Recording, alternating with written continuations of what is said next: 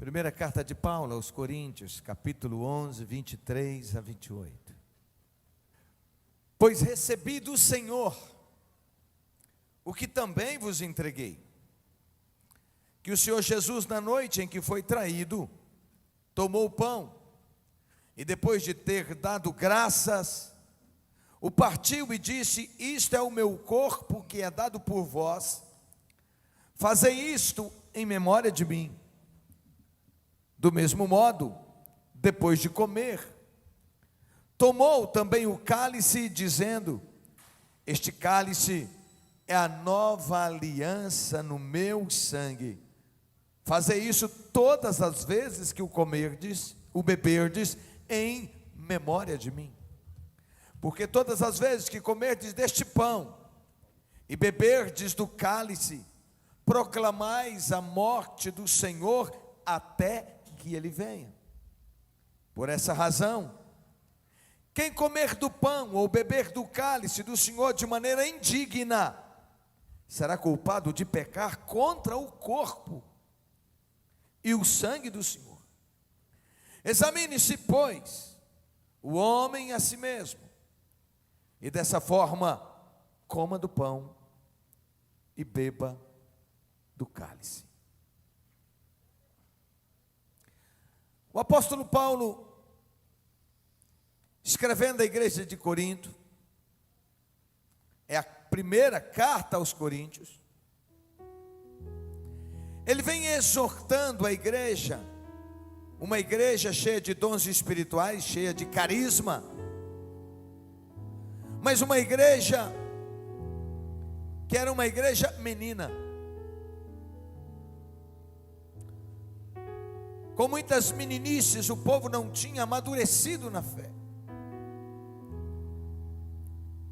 e o meio que o apóstolo tinha para se comunicar com eles naquele tempo era através de cartas, que algum discípulo levava essa carta até aquela comunidade, para exortar, para ensinar.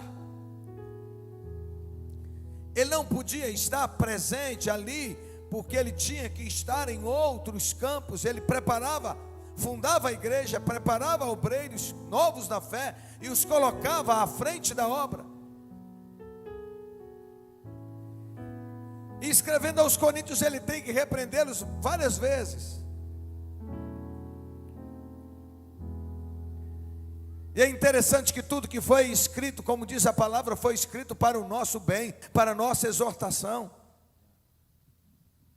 De forma que problemas que essas igrejas viveram no passado, são problemas comuns que as igrejas vivem hoje, no maior grau e outras no menor grau, umas mais maduras na fé e outras meninas da fé, precisando então serem exortadas.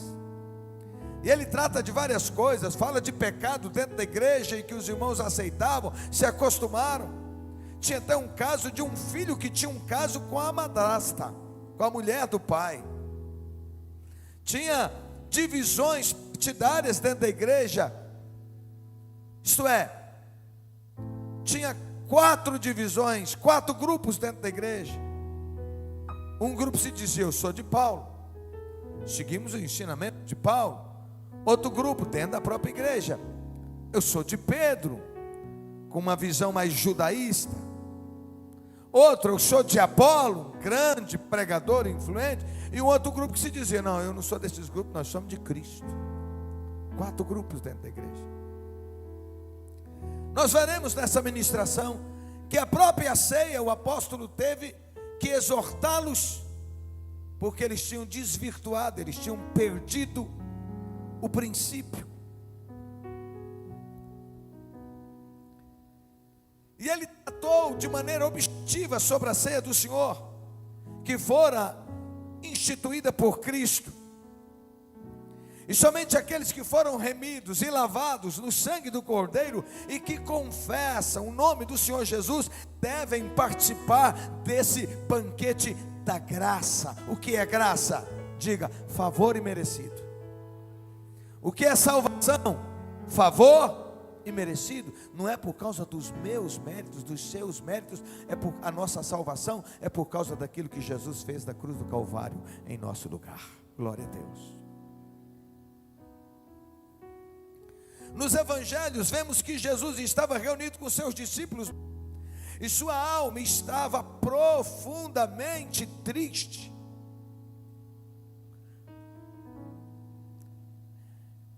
Aquela era a última ceia. Judas Iscariotes havia vendido Jesus por 30 moedas de prata. E os discípulos falavam entre si quem era o maior. Quando Jesus está com angústia muito grande na alma, sabendo que seu tempo é findado, a carne, a natureza humana de Jesus não queria a cruz, tanto é que no jardim do Getsemane ele chega a dizer: Pai, se possível, passa de mim este cálice, mas se não é, eu vou bebê-lo, isso é, eu vou cumprir o propósito. E se levantou para cumprir o propósito, porque a Bíblia diz que sem derramamento de sangue não há remissão de pecado. Então tinha necessidade que o sangue fosse derramado para remissão de pecados, para perdão de pecados. É por isso que Jesus deixa a glória do Pai e nasce de uma mulher. Ele vem como um ser humano para passar por todas as lutas que os homens passam na terra, sem contudo pecar. Cumpriu tudo que estava estabelecido, para que lá no final ele desse a sua vida na cruz do Calvário em resgate dos nossos pecados, em resgate das nossas vidas. Então, dos seus 12, que ele investiu 3 anos e meio andando dia e noite com eles, o traíra, vendera, o Judas. Ele que ficou com a responsabilidade de identificar quem era Jesus para os inimigos, para os soldados romanos, para ser preso. Soldados que estavam a serviço de sacerdotes. E nessa mesma noite os discípulos estão conversando entre si, querendo saber quem era o maior, quem era o mais importante. É por isso que Jesus pega uma toalha com uma bacia de água e começa a lavar os pés dos discípulos e dizendo: façam isso, lavem os pés uns dos outros, sirvam uns aos outros. E ele disse: se eu sou o maior, estou lavando os pés de vocês, eu estou dando o exemplo para que vocês façam, para que vocês diminuam, para que morram para os vossos desejos carnais, para a vossa natureza terrena, maligna, demoníaca, herança que recebemos dos nossos primeiros pais. Depois Jesus institui a ceia, que é um sacramento e uma ordenança à sua igreja. Ele toma um pão, parte esse pão, e ele diz: isto é o meu corpo que é dado por vós.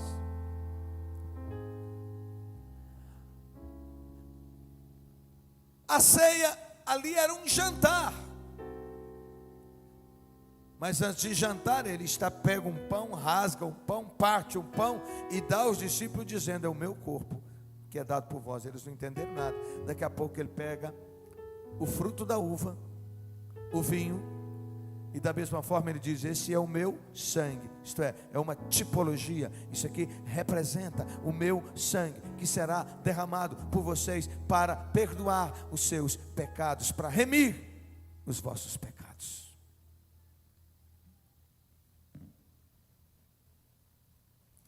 Mais tarde o apóstolo Paulo, nessa carta que lemos, ele ensina algumas coisas muito importantes para participarmos da ceia do Senhor.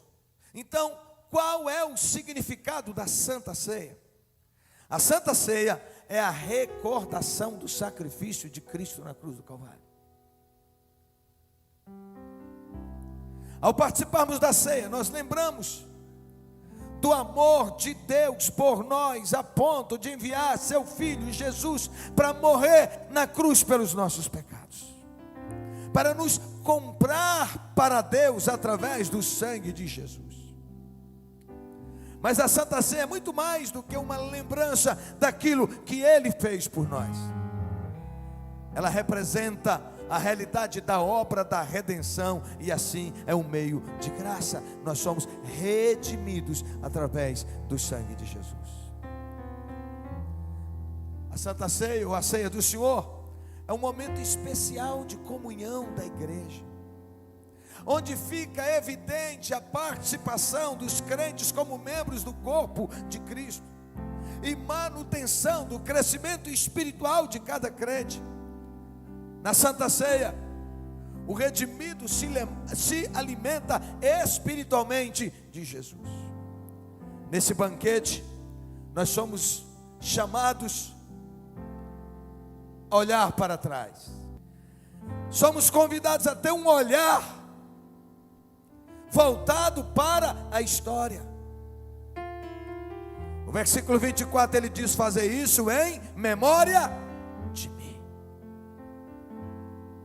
A ceia é um banquete que deve levar os membros da igreja a relembrar o significado da cruz. De modo geral, a cruz representa morte.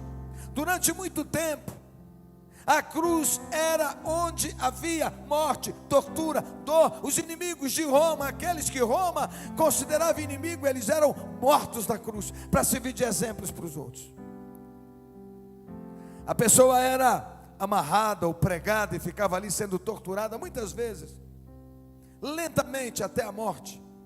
A cruz tinha o propósito de eliminar os inimigos de Roma. Sendo assim, era um instrumento de tortura. Era, portanto, usada para castigar escravos e pessoas que causavam agitação contra o império. Mas por causa de Cristo Jesus, a cruz ganhou outro significado. A cruz para nós, para o povo de Deus, para a sua palavra, a Bíblia, ela é símbolo, ela é a representação da vitória de Jesus sobre a morte, sobre o pecado, sobre o diabo e a morte eterna. Ele venceu a morte, aleluia. Ele ressuscitou para trazer redenção à humanidade. Quando lembramos da cruz de Cristo, nossa fé e esperança centram-se em Jesus, aquele que ressuscitou. Por isso, para o apóstolo Paulo, a cruz era motivo de glória. Aleluia! No versículo 26 ele diz: todas as vezes que comerdes este pão e beberdes do cálice, proclamais a morte do Senhor. Aleluia. Assim, todas as vezes que comemos do pão e bebemos do cálice, estamos anunciando a morte de Jesus, que nos salvou, que nos redimiu, que nos perdoou, que nos comprou para Deus, que nos tirou das trevas, da condenação eterna, e que nos ensina que a vida não é só aqui até que alguém morra. Não, a vida de fato é depois da morte. E a hora de se preparar é agora, enquanto estamos com vida, porque depois da morte, diz a Bíblia, segue-se o juízo. Hebreus 9, 27. Cessam-se as oportunidades. Não adianta você encomendar a alma de ninguém. Ela tem que ser encomendada pela própria pessoa, enquanto essa pessoa está com vida. E como diz a palavra, aquele que me confessar diante dos homens como o Senhor, eu o perdoarei dos seus pecados e o confessarei diante de meu Pai, dizendo: eu redimi a esse, meu sangue também purificou a esse. Ele está livre da condenação eterna, e o nome é escrito no livro da eternidade. Dê glória a Deus.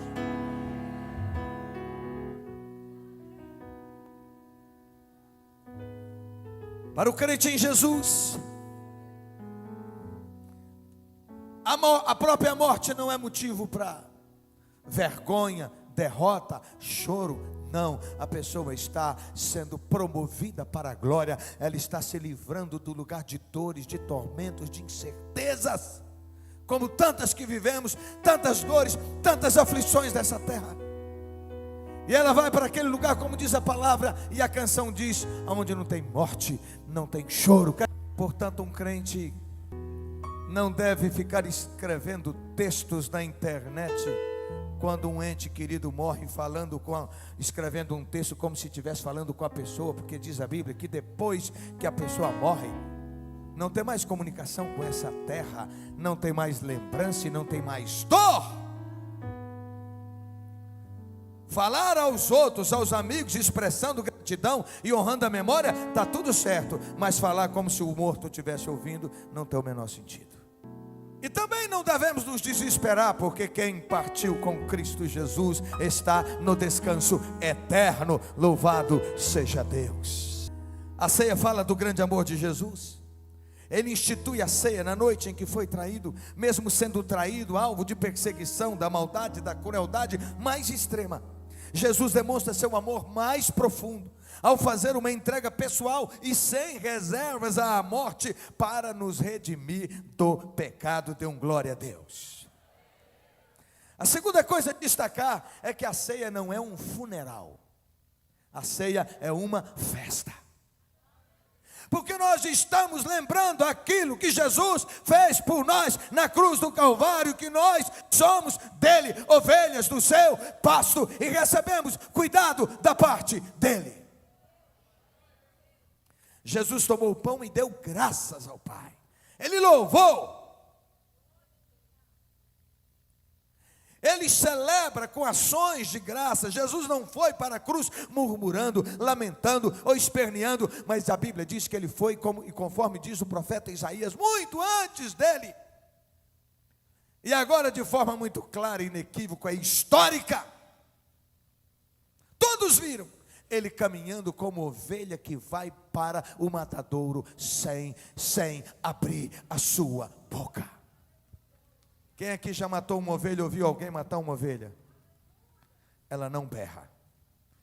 E a Bíblia fala que nós somos ovelhas de Cristo. Glória a Deus. Jesus tomou o pão e deu graças ao Pai. Ele celebra. Ele não levou a conta da ignomínia, da vergonha, da exposição, por causa da alegria que lhe estava proposta. Alegria de nos comprar, de nos resgatar. A Bíblia diz que quando nós confessamos a Jesus como Senhor e Salvador da nossa vida, nós estamos sendo arrancados. A ideia bíblica é essa de arrancar. É como alguém que está sob um cativeiro e vem as autoridades e arranca da mão do malfeitor. E nós somos arrancados do império das trevas para a luz do Evangelho de Deus, para o reino de Deus. Aleluia. Pare de se sentir e aceitar ficar oprimido, sofrendo, murmurando. O laço do diabo é que você não seja quem Deus quer que você seja. O laço do diabo é que você não seja feliz, porque se você for pleno de felicidade, independentemente das lutas que você passa nessa terra, mas o seu coração em Deus e você alegre e esperançoso, crendo que a vitória virá, e se ela não vier nessa terra, você sabe que ela virá na eternidade.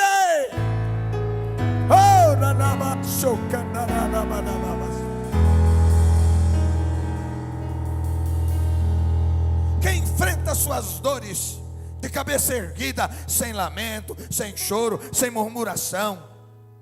Porque quando agimos assim, nós estamos desconsiderando que nós somos em Jesus, que nos dá força para enfrentar inclusive as dores, inclusive as agruras dessa vida, as dificuldades e os problemas. Então a pessoa olha para você e diz: eu não entendo ele, eu não entendo essa mulher que passa por luta, mas não abaixa a cabeça. Está cheia de vida, está dando glória a Deus, está cheia de esperança, está cheia de paz, plenitude de paz. Eu não tenho isso, eu preciso disso. Então você será uma pregação viva de Deus para a vida dessas pessoas que precisam encontrar a paz de Deus, e elas estão sedentas, famintas de Deus, batendo a cabeça de um lado para o outro, buscando na religião, na filosofia, buscando no sexo, buscando no amor, buscando nos prazeres, buscando no dinheiro, e continua infeliz. Felicidade é em Jesus, e você, meu irmão e minha irmã, é a pessoa que Deus tem levantado para testemunhar a partir da sua vida para as pessoas, para que eles depositem a sua fé e a sua esperança em Deus. Tem plenitude da presença de Deus nesse lugar.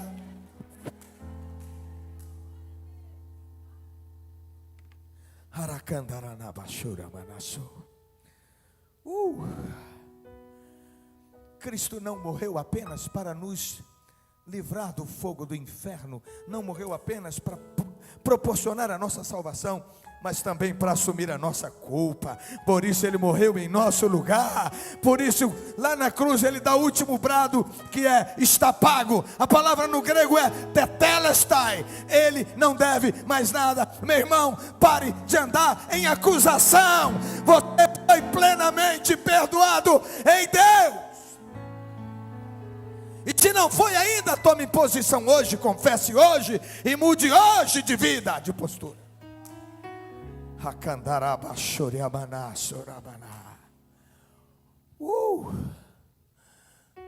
Aleluia, aleluia, aleluia, aleluia, aleluia, aleluia. A terceira verdade é que Cristo morreu, seu sangue foi vertido por nós. O castigo que era para nós caiu sobre ele. Diz que pelas suas pisaduras nós fomos sarados. Sarados. Diga: ele morreu a minha morte. Ele levou sobre si os meus pecados. Ele carregou no seu corpo, no madeiro, os meus pecados. Castigo que nos traz a paz estava sobre ele, como diz Isaías.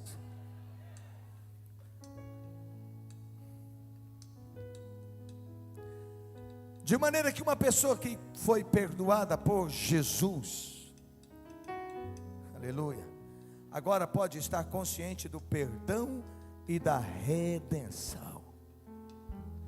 Precisamos olhar para o passado para entender o que Cristo fez por nós lá na cruz. Jesus operou milagres e maravilhas, ensinou verdades. No entanto, ele quer ser lembrado pela sua morte, que trouxe vida eterna àqueles que creem.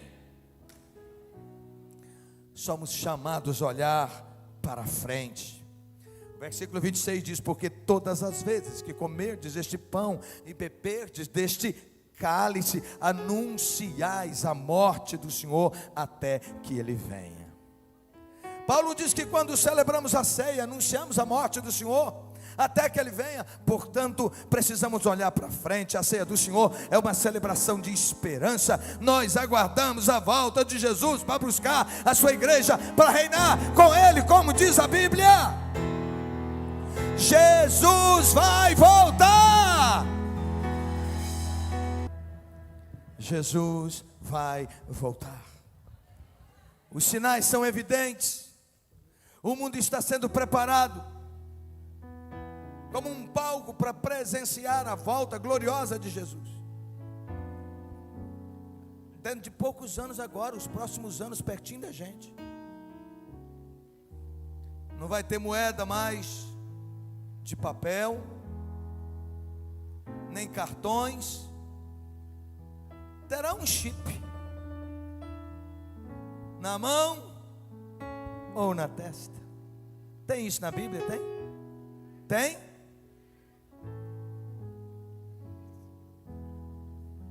Está tudo tão perto. Só que as pessoas não acham isso, elas não conseguem linkar isso com a verdade bíblica.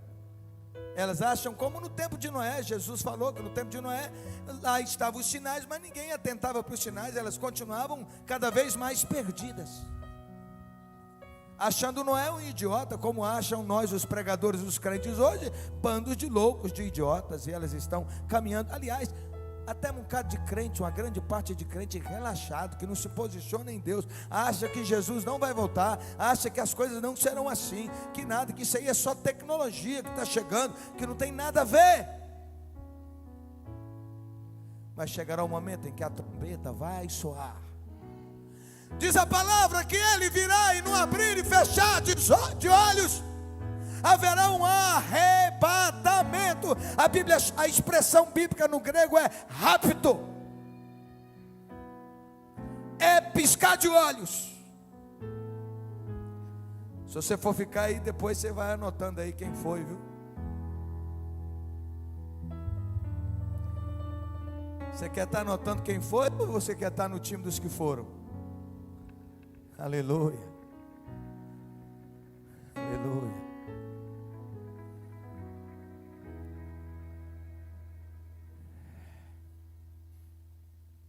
Atos capítulo 1, versículo 10 e 11, assim diz o texto: enquanto olhavam atentamente para o céu, enquanto ele subia, Jesus subia, depois da sua ressurreição e depois dos 40 dias de ministério nessa terra, após a sua ressurreição, ele está com os discípulos e agora ele sobe para o céu.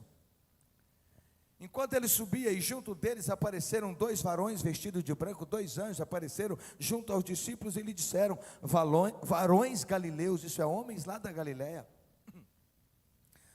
por que vocês ficam olhando aí para o céu?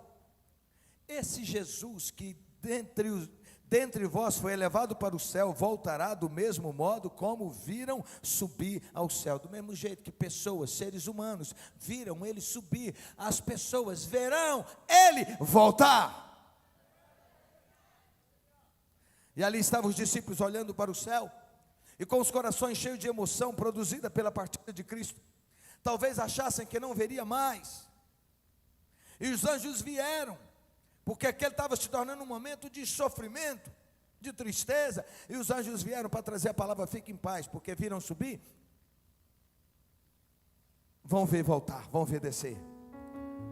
E os anjos vieram para transformar a possível tristeza em alegria, assegurar aos discípulos o fato de que mesmo que Jesus tenha subido do céu, ele conduzirá os seus discípulos a fim de cumprirem a sua tarefa. Por isso ele diz: eis que estou convosco todos os dias até a consumação dos séculos. E ele, antes de subir, ele disse à igreja: eis que vos dou a autoridade, e vão e façam discípulos de todas as nações, batizando-os em nome do Pai, do Filho e do Espírito Santo de Deus.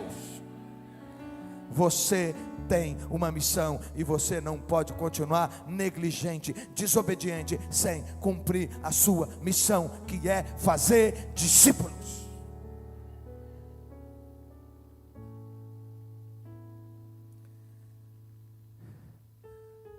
Quando você delega a alguém uma autoridade para cumprir determinada função ou atividade, quando você volta depois, você pede conta, sim ou não? Você quer saber se ele cumpriu? Então haverá uma prestação de contas, assim também será no dia da entrega, do julgamento, da entrega dos galardões no céu. Os crentes fiéis, trabalhadores da seara do mestre, serão galardoados, receberão da boca de Jesus, receberão prêmios e promoções, estado de felicidade incomparável em relação ao outro. Entra no gozo do teu Senhor, servo bom e fiel. Aleluia.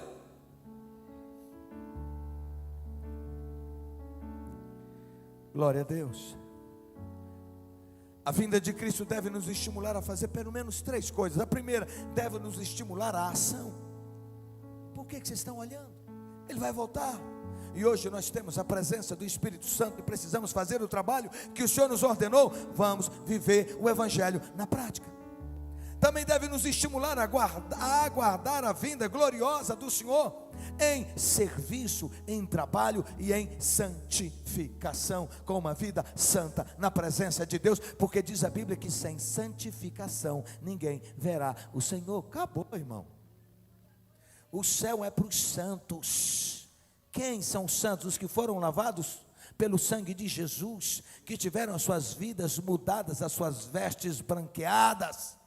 foram transformados. Não adianta, irmão, você ser religioso, frequentador de igreja e na prática do pecado. Se Jesus voltar agora, eu te digo, você sobe ou você fica? Porque se ele diz que sem santidade ninguém verá o Senhor, neste banquete que é a ceia, nós somos convidados a olhar para dentro de nós, fazendo um autoexame. O versículo 28 diz assim: examine-se, pois, o homem, isso é, examine-se, pois, a pessoa, o ser humano, o homem, a mulher. E assim, coma do pão e beba do cálice. Paulo afirma que não podemos ser apressados e participar da ceia do Senhor. Primeiro, nós temos que fazer um autoexame. Eis o motivo: porque quem come e bebe sem discernir o corpo de Cristo, come e bebe juízo para si. Você está entendendo a seriedade disso? Come e bebe juízo para si, condenação para si. Quem não discerne o sangue e o corpo de Jesus, come e bebe para a sua própria condenação. Ao fazer essa recomendação, Paulo estava pensando na igreja de Corinto, onde ocorreu uma situação que o preocupava ali. Muitos cristãos estavam ceando de forma errada. Você sabe o que eles faziam? Lembre-se que primeiro ele era uma festa ágape, a festa do amor, aqueles almoços, aqueles jantares que a gente faz. Aí sabe o que acontecia? Os que tinham dinheiro levava garrafões de vinho, metia a carne. Amém, Jesus, glória a Deus. Achavam seus quartos de carneiro, levavam seus banquetes e comia, e comia, e comia, e comia. E os outros chegavam e não podiam comer porque não tinham. Então Paulo está dizendo: comam na casa de vocês. E por isso Paulo os repreende, de forma que eles deviam se corrigir, pensando de forma coletiva, agindo com mais comunhão de uns para com os outros, esperando uns pelos outros. Nesse contexto, entendemos melhor o que Paulo quer recomendar a estes cristãos. Eu vou ler o texto para vocês verem. Nisto, porém, que vos prescrevo, 1 Coríntios 11, 17 e seguintes: eu não vos louvo, porque vocês ajuntam não para melhor, e sim para pior. Meu Deus. Porque antes de tudo estou informado de haver divisão entre vocês, quando vocês vos reunirem na igreja, e eu acredito nisso. Porque até mesmo importa que haja partido entre vós, para que também os aprovados se tornem conhecidos em vosso meio. Quando, pois, vos reunis no mesmo lugar, não é a ceia do Senhor que vocês estão comendo, porque ao comer, cada um toma antecipadamente a sua própria ceia, e há quem tenha fome, ao passo que há também quem se embriague. Olha que doideira. Vocês não têm casa onde vocês podem comer e beber? Ou vocês menosprezam a igreja de Deus e envergonham que nada tem? Que vos direi? Vou louvar vocês? Não, não posso louvá-los. É dura a palavra? Duríssima. Duríssima. Paulo é tão duro que ele chega a falar do problema do pecado do cara que estava tendo um ato sexual, se prostituindo com a mulher do seu pai. Toda a igreja sabia quem era. Por sermos pecadores, não somos dignos, mas por causa do sacrifício de Cristo Jesus, em nos perdoar do pecado, é que podemos participar da ceia do Senhor de forma digna. Por isso devemos examinar a nós mesmos, para participar da ceia do Senhor de forma digna. Isso é, irmão, eu não sei o que você está fazendo da sua vida, mas eu só quero te dizer que hoje é dia de ceia, e que se você se arrepender de verdade e decidir mudar de vida, Deus te perdoa na hora, e você pode participar da ceia, e aí caminhe em santidade na presença de Deus. O que nós não queremos, como ministros de Deus e irmãos em Cristo, é que você continue nas mesmas práticas que desonram a Deus e a sua palavra, e depois fique para trás. No arrebatamento, não vá, e vá para a perdição eterna. Na parábola do rico e do Lázaro,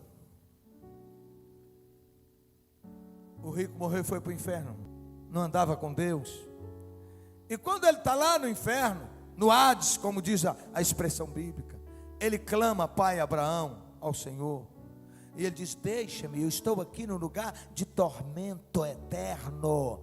Manda Lázaro, pelo menos molhar a minha língua com o dedo, molhar, colocar alguma coisa na minha língua, porque eu não aguento essa dor e sofrimento.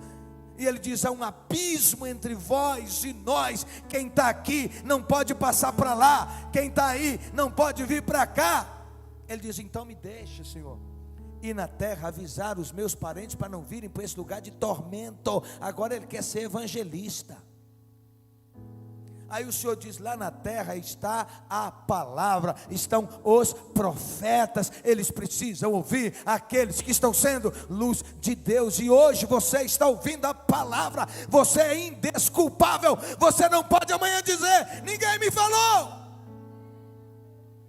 Você está ouvindo. Não se assuste com a minha veemência em falar. É amor por você, para abrir os seus olhos, para que você não se perca. É melhor ser confrontado agora do que ouvir depois da boca do próprio Senhor: apartai-vos de mim, maldito, para o fogo eterno, preparado para o diabo e seus anjos.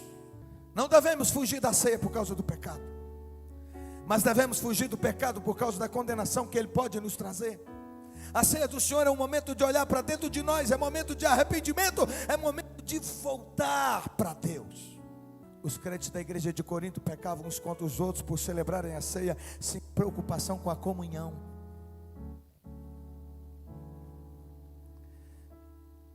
Você acha que agrada a Deus você ostentar alguma conquista enquanto o irmão não tem nem o que comer? E você não abençoa, você não serve, você não se presta a ser bênção de Deus, é dividido um pouco daquilo que Deus te dá para abençoar e trazer alívio para a vida do outro. Quando nós participamos da ceia do Senhor, nós somos um só corpo, um só rebanho, uma só família, uma só igreja. Dê um glória a Deus. Em outras palavras, eu não posso me assentar à mesa do Senhor com mágoas no coração.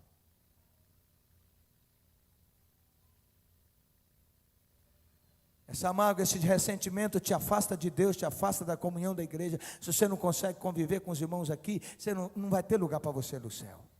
Aqui é o teste, aqui é a prova, aqui é o lugar de aperfeiçoar, aqui é o lugar de tratar. Não posso relacionar com meu irmão, com a minha irmã, com reservas em relação a ele, nutrindo ressentimento na alma. Eu preciso perdoar para ser perdoado. A Bíblia diz, o Senhor Jesus ensinou isso: quem perdoa é perdoado. Eu preciso amar para ser amado, eu preciso estender os meus braços ao meu irmão que está do meu lado, quando eu precisar entender que a mesa do Senhor não é da igreja A, B ou C, a mesa é dos crentes em Jesus. Eles compõem o corpo de Cristo, cuja cabeça é Cristo Jesus. Qual é seu nível de expectativa quanto à volta de Jesus? Eu preciso me preparar mais. Eu e você, nós precisamos viver hoje como se Cristo fosse voltar hoje mesmo. Cada dia da nossa vida tem que ser assim.